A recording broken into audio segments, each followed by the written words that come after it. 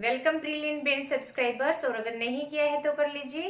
Press the bell icon also so that you can get notifications for the coming videos. Watch the video till end kindly like and share to your friends also. हम cover कर रहे हैं chapter electoral politics class 9 civics. इससे पहले के video के अंदर मैंने आपको क्या बताया था कि नॉमिनेशन ऑफ कैंडिडेट्स किस तरीके से होता है, पॉलिटिकल कंपटीशन क्या होता है, क्या हेल्दी कंपटीशन होना इलेक्शन के अंदर जरूरी होता है, और नॉमिनेशन किस तरीके से होता है कि पॉलिटिकल पार्टीज की तरफ से किसी कैंडिडेट को टिकट मिलती है। टिकट भी मैंने आपको बताया था कि कौन से वाली है टिकट को हम यहाँ पे कंसीडर करके चलते हैं। और नॉमिनेशन होने के बाद जो कैंडिडेट होता है उसको इलेक्शन कमीशन को अपना सारा एक रिपोर्ट, अपना बायोडाटा, अपना सारा रिकॉर्ड वहां पर दिखाना होता है, सबमिट कराना होता है। लीगली ये एक फॉर्म होता है जो कि फिल करना होता है कैंडिडेट को। अब ये सब होने के बाद नॉमिनेशन भी हो गया कैंडिडेट का, इलेक्शन कैंपेन का रोल प्ले होता है कि इलेक्शन का प्रचार प्रसार कैंडिडेट्स करते हैं, वो किस तरीके से करते हैं। तो इस वीडियो के अंदर हम क्या पढ़ने वाले हैं, इलेक्शन कैंपेन मीन्स चुनाव का प्रचार प्रसार। क्यों जरूरी होता है चुनाव का प्रचार प्रसार करना और किस तरीके से किया जाता है, इस वीडियो में हम ये कवर करेंगे। जरूरी किस लिए होता है कि अलग अलग पार्टी से कैंडिडेट खड़े होते हैं, टिकट्स उनको मिलती है, नॉमिनेशन करते हैं, तो वो लोगों के अपने जो उनके फॉलोअर्स होते हैं, वोटर्स होते हैं, उनको ऑप्शंस देते हैं। ये चीज हम स्टार्टिंग से पढ़ते आए हैं कि डेमोक्रेसी का सबसे बड़ी एडवांटेज क्या है कि सिटीजन्स को, जो अपने रिप्रेजेंटेटिव को चुनने वाले हैं, उनको वो ऑप्शन अवेलेबल कराते हैं कि which party will prove better और which party is offering the best opportunity to the citizens. कौन सी देश की भलाई के लिए सबसे ज्यादा अच्छा काम करने वाली है, लोगों को ये आइडिया होता है। तो step by step we will cover this topic कि किस तरीके से और क्या काम करता है election campaign. It provides a perspective to the people that whose policy would be better. सबसे पहले तो कैंपेन के अंदर हर पार्टी का कैंडिडेट कैंपेन में पार्टिसिपेशन करता है, अपने अपने एजेंडा, अपने अपने प्रोपेगेंडा वो ओपनली पब्लिक को बताते हैं, जिससे पब्लिक को क्या सपोर्ट मिलती है, क्या हेल्प मिलती है कि वो किसको वोट डालें, कौन सा बेटर ऑफर दे रहा है। इट्स लाइक कि आप मार्केट के अंदर जाते हैं, आपको मान लो कि एक स्कर्ट खरीदनी है अपने लिए, फैंसी बहुत ज्यादा अच्छी मतलब पार्टी वियर ड्रेस खरीदनी है, तो आप क्या करते हैं, क्या एक ही शॉप पे जाके आप उसको खरीद लेते हैं? आप डिफरेंट डिफरेंट शोरूम्स पे जाते हैं, शॉप्स पे जाते हैं, आप डिजाइन्स को कंसीडर करते हैं कि ये बेस्ट है या वो, प्राइसेस, हर चीज को तोल भाव करके, जांच परख करके तब जाके कहीं अपने लिए आप एक स्कर्ट खरीद के लाते हैं। तो यहाँ पे तो देश को चलाने वाली बात होती है, तो लोग मतलब अच्छे तरीके से जज करने का एक ऑप्शन लोगों को मिलता है कि किस पार्टी को वो वोट दे। तो यहाँ पे पर्सपेक्टिव प्रेजेंट किया जाता है कैंडिडेट्स के द्वारा। Takes place between announcement and the final list of candidates and the date of polling. ये जो कैंपेन है कब शुरू होता है और कब तक चलता है? कब शुरू होता है? अनाउंसमेंट होने से लेकर कि एक मान लो आज के टाइम बीजेपी आपकी गवर्नमेंट में है और ये पावर के अंदर है, इसके 5 साल पूरे हो जाएंगे तो इलेक्शन कमीशन डिक्लेयर कर देगा कि आज इसके 5 साल कंप्लीट हो चुके हैं और आज से आचार संहिता, कोड ऑफ कंडक्ट लग चुका है। ये भी मैं आपको अभी बताऊंगी इस वीडियो के अंदर ही कोड ऑफ कंडक्ट क्या होता है। वहां से लेकर अनाउंसमेंट हो गई कि इलेक्शन सब होंगे, और जब फाइनल लिस्ट लग जाती है कैंडिडेट्स की, कब लगती है? सारे कैंडिडेट्स नॉमिनेशन करते हैं इलेक्शन कमीशन में जाके, और वहां से फाइनल लिस्ट अप्रूवल कैंडिडेट का नाम अनाउंस किया जाता है कि ये कैंडिडेट इस एरिया से, इस पार्टी की तरफ से इलेक्शन में खड़े होंगे। तो तब उस चीज से लेकर और डेट ऑफ पोलिंग, मतलब जिस दिन इलेक्शन डलने होते हैं उससे 48 घंटे पहले मीन्स 2 दिन पहले तक कैंपेन चलता है पॉलिटिकल पार्टीज की तरफ से। तो कब प्लेस लेता है ये? Between announcement of the final list of candidates and the date of polling. उस बीच में कैंडिडेट्स अपना पोलिंग का काम, कैंपेन का काम करते हैं, ठीक है। अब व्हाट डिड दे डू, इस कैंपेन के दौरान वो करते क्या है? आपने देखा होगा कि जब कभी भी आपकी लोकेलिटी के अंदर कोई भी इलेक्शन हो रहा है, चाहे वो स्टेट लेवल के लिए हो रहा हो या लोकल गवर्नमेंट के लिए, आप अपने रूरल एरिया को या अर्बन एरिया में जब लोकल गवर्नमेंट के लिए इलेक्शन होते हैं तो आप देखते होंगे कि आपके डोर टू डोर जाकर जो इलेक्शन में कैंडिडेट खड़े हैं और उनके एक्टिव फॉलोअर्स जो होते हैं और कुछ एक वोटर्स भी उस एरिया के जो उनको सपोर्ट कर रहे होते हैं, घर घर आते हैं, हाथ जोड़ते हैं, माता जी वोट डालना, ये वो, आपको बहुत सारी बातें, और हर पार्टी का कैंडिडेट आपके गेट तक चलकर आता है। तो क्या करते हैं कैंडिडेट्स कॉन्टेक्ट देयर वोटर्स, जो नॉमिनेट हो चुके हैं कैंडिडेट अपने अपने वोटर्स के पास जाकर उनसे अपील करते हैं कि हमें वोट दीजिएगा, हम आप ही की पार्टी से हैं। इलेक्शन मीटिंग्स किस तरीके से की जाती हैं कि वो अपने एक्टिव लीडर्स, एक्टिव फॉलोअर्स को बुलाते हैं, सेटिंग करते हैं, प्रोपेगेंडा तय करते हैं, एक स्ट्रेटजी बनाते हैं कि हम इस तरीके से इस दिन यहाँ रैली करेंगे, आज इस दिन ये एरिया कवर करना है, मतलब पूरा ही एरिया कॉन्स्टिट्यूएंसी को उनको सर्वे करना होता है, उनसे लोगों को जाकर मिलना होता है।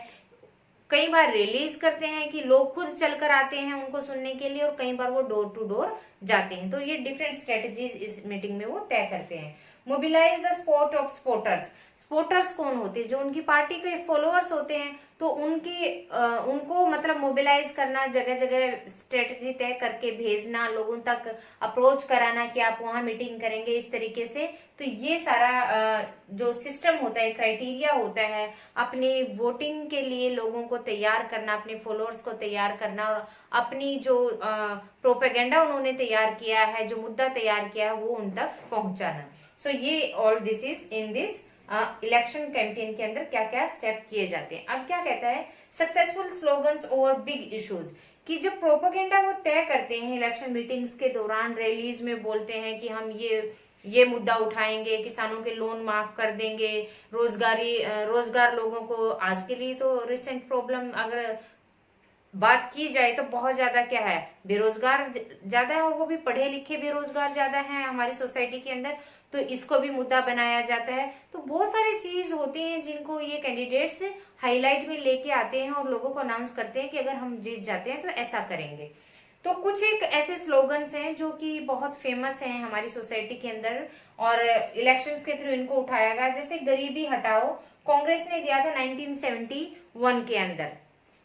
इंदिरा गांधी जी उस टाइम इलेक्शन में खड़ी हुई थी, और उस टाइम पे हमने मतलब बहुत ज्यादा दिन नहीं हुए थे हमारे कंट्री को फ्री हुए, तो जो सिनेरियो था गरीबी का बहुत ज्यादा था, भुखमरी का, बेरोजगारी का, तो इंदिरा गांधी जी ने उस टाइम का रिसेंट जो सबसे सेंसिटिव मैटर था उसको उठाया कि अगर मैं पावर के अंदर आती हूं तो मैं गरीबी हटाने के लिए हर पुरजोर प्रयास अपना करूंगी। और ये जो स्कीम्स आई थी, अंत्योदय योजना और फूड सिक्योरिटी सिस्टम, जो कि आप आगे 10th में भी पढ़ेंगे और 9th में भी आपका कंप्लीट चैप्टर था। अनफॉर्चुनेटली अब ये आपके सिलेबस से इस ईयर के लिए डिडक्ट हो गया है, बट फिर भी आपको इसके बारे में बताया जाएगा फिर डिटेल में जब कंसेप्ट से ये रिलेटेड होगा। तो ये नारा उन्होंने दिया था, किसने दिया था? इंदिरा गांधी जी ने दिया था, गरीबी हटाओ का नारा। 1 मार्क्स में इंपॉर्टेंट क्वेश्चन।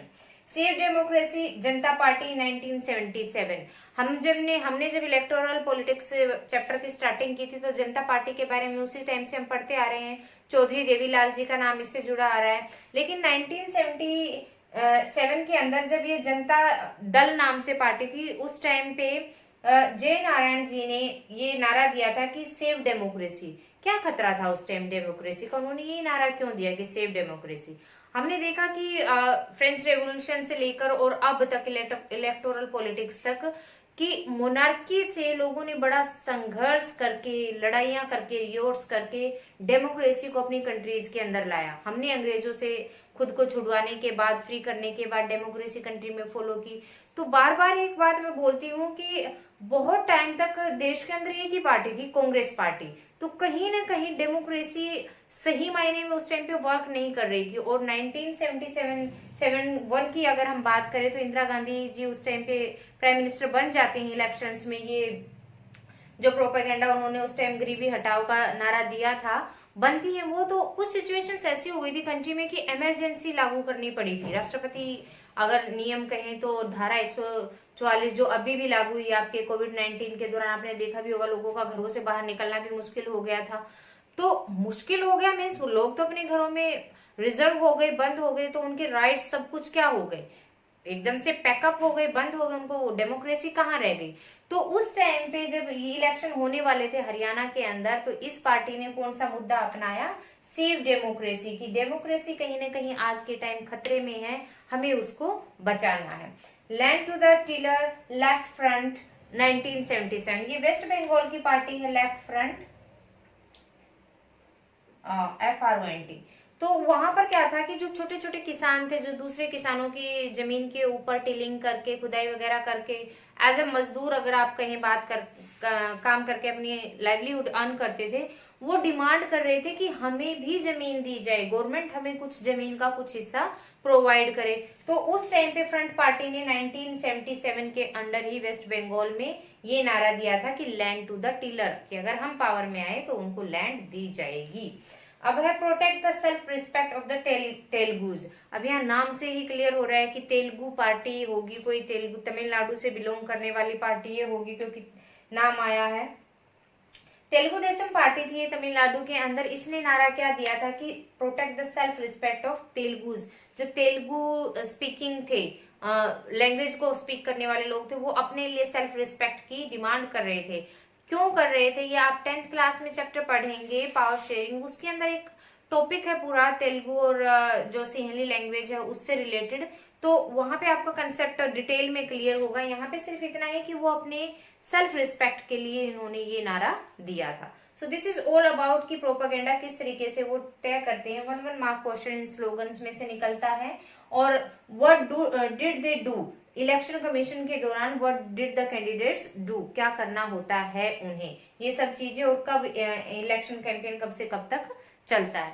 नेक्स्ट क्या कहता है, कोड ऑफ कंडक्ट। एक वर्ड मैंने अभी यूज किया था, मैंने बोला था कि आपको मैं अभी बताऊंगी। तो अनाउंसमेंट जब कर दी जाती है कि इलेक्शन, जो प्रेजेंट में सरकार है पावर के अंदर, अब इसका टाइम पीरियड कंप्लीट हो गया है 5 इयर्स का, और नेक्स्ट जो इलेक्शंस हमारे जनरल इलेक्शंस होने का, हेल्ड करने का टाइम आ गया है। तो वो अनाउंसमेंट होते ही कोड ऑफ कंडक्ट कौन लागू कर देता है, इलेक्शन कमीशन लागू कर देता है। अब उसके अंदर क्या होता है, कोड ऑफ कंडक्ट क्यों बोला जाता है इसे देखिए। जब ये लागू हो जाता है, अनाउंसमेंट करने के बाद नॉमिनेशन और पार्टीज अपना कैंपेन स्टार्ट कर देती हैं, प्रचार प्रसार करना शुरू कर देती हैं, तो कुछ एक उनके ऊपर रिस्ट्रिक्शंस लग जाती हैं लीगली। जो पार्टी पावर के अंदर होती है या जो अदर पार्टीज होती हैं जो कि पार्टिसिपेट करने वाली हैं, कंटेस्ट करने वाली हैं इलेक्शंस को, तो क्या लिमिटेशंस उनके ऊपर लागू होती है। No party can use any place of worship for election propaganda. अपनी कैंपेन को पूरा करने के लिए, प्रचार प्रसार करने के लिए वो किसी भी धार्मिक स्थल का इस्तेमाल नहीं कर सकती, चाहे कोई पार्टी पावर में है या अदर पार्टी। मंदिर, मस्जिद, गुरुद्वारे, धार्मिक सिंबल्स और जो प्लेस हैं वहां पे गैदरिंग और जो रैलीज वगैरह है, किसी भी तरह का कोई भी काम, मीटिंग वगैरह वहां पे वो नहीं कर सकते हैं। सेकंड क्या कहता है, no party can use government aircrafts and officials for elections. कि इलेक्शन के लिए वो प्रचार प्रसार कर रही हैं, तो वो गवर्नमेंट का कोई भी साधन, कोई भी आप कहें कि एडवेंचर या एडवांटेज वो नहीं ले सकती हैं गवर्नमेंट की तरफ से कोई भी party, whether it is in ruling या वो सिंपली कोई पार्टी इलेक्शन में खड़ी हो रही है या कोई निर्दलीय उम्मीदवार फ्री कैंडिडेट इलेक्शन के अंदर खड़ा हो रहा है। ना एयरक्राफ्ट यूज करेगा, ना बसेस, मतलब कोई भी सरकारी चीज, इवन सरकारी प्लेस भी वो यूज नहीं कर सकते हैं अपने प्रचार प्रसार के लिए। once elections are announced, minister shall not leave foundation stone of any projects। आपने देखा होगा कि किसी जब गवर्नमेंट के अंदर कोई भी पार्टी होती है, लाइक सीएम की ही बात कर लेते हैं, मनोहर लाल खट्टर जी, और कल्पना चावला मेडिकल कॉलेज का एग्जांपल आप ले लेते हैं कि जब इसका इनॉग्रेशन होता है तो आपने देखा होगा बड़े बड़े नेताओं को बुलाते हैं जो भी रूलिंग के अंदर होते हैं उस टाइम पे, कि फलाने नेता ने वहां इस चीज का इनॉग्रेशन किया, झंडे दिखाकर रवाना किया, कुछ भी चीजों को उद्घाटन किया, ऐसा। तो जब ये कोड ऑफ कंडक्ट लागू हो जाता है, उसके बाद कोई भी रूलिंग पार्टी का नेता इस तरह का कोई भी काम नहीं करेगा, ना ही वो कोई नियम लागू कर सकता है उस टाइम पे कि हाँ मैं रूलिंग पार्टी में हूँ, सीएम हूँ और मैं ये ऑर्डर देता हूँ, उसका वो मतलब नाम का सीएम उस टाइम पे रह जाता है, लेकिन उसके पास पावर कोई भी उस टाइम पे नहीं बचती है। ना ही वो अपने कैंपेन के लिए जाने के लिए जो उनके कमांडोज होते हैं साथ में जो ऑल टाइम सिक्योरिटी के लिए रहते हैं, या एयरक्राफ्ट जो हेलीकॉप्टर वगैरह यूज करना होता है, ऐसा कोई भी चीज वो यूज नहीं कर सकते।